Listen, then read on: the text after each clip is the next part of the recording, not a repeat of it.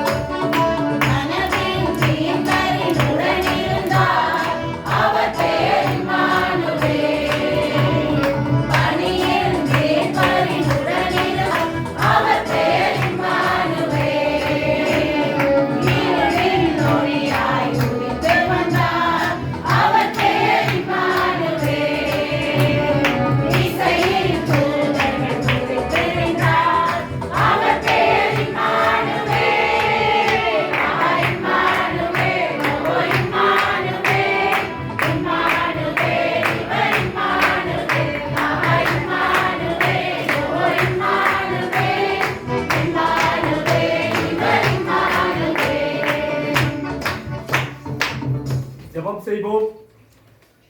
இரக்கத்தில் ஐஸ்வர்யம் மிகுந்த எங்கள் நல்ல ஆண்டவரே, பரிசுத்த பிதாவே, நன்றியோடு உம்மை துதிக்கிறோம், ஸ்தோத்திரிக்கிறோம். மகிழ்ச்சியின் பரிசுத்தமான தேவரீர் இந்த ராத்திரி பொழுதுக்காக உமக்கு நாங்கள் ஸ்தோத்திரம் செலுத்துகிறோம்.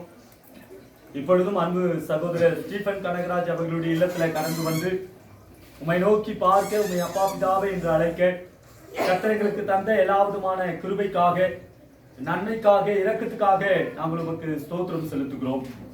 இந்த 2024 ஆண்டு முழுவதுமாய் பிள்ளைகளை தேவன் பாதுகாத்து பராமரித்து உங்களுடைய பரிசுத்த நன்மையினால் நிரப்பி ஆசீர்வதித்து, விசேஷமாய் இந்த ஆண்டிலே பிள்ளைகள் பல நன்மைகளை சுதந்திரிப்பதற்கு கர்த்தர் உதவி தந்து, ஒரு நல்ல வீட்டை கட்டுவதற்குரிய பலனை கர்த்தர் தந்தி, ஒரு நல்ல ஆண் மகனை கொடுத்து இந்த பிள்ளைகளை நீர் ஆசீர்வதித்து பெருக பண்ணினீர்.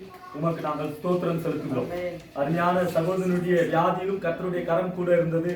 இம்மட்டு கர்த்தர் நல்ல சரீர சுகத்தை, பலத்தை, ஆரோக்கியத்தை தந்து என் தேவன் வழி நடத்தி வந்தீரே, அந்த மகா பெரிய உன்னத தயவுக்காக நாங்கள் உமக்கு ஸ்தோத்திரம் செலுத்துகிறோம். இம்மட்டுமாய் இந்த பிள்ளைகளை ஆசீர்வதித்து நடத்தின ஆண்டவர், இனி வரப்போகிற புதிய ஆண்டிலும் இந்த பிள்ளைகளை ஆசீர்வதித்து நடத்தும்படியாய் நாங்கள் செபிக்கிறோம்.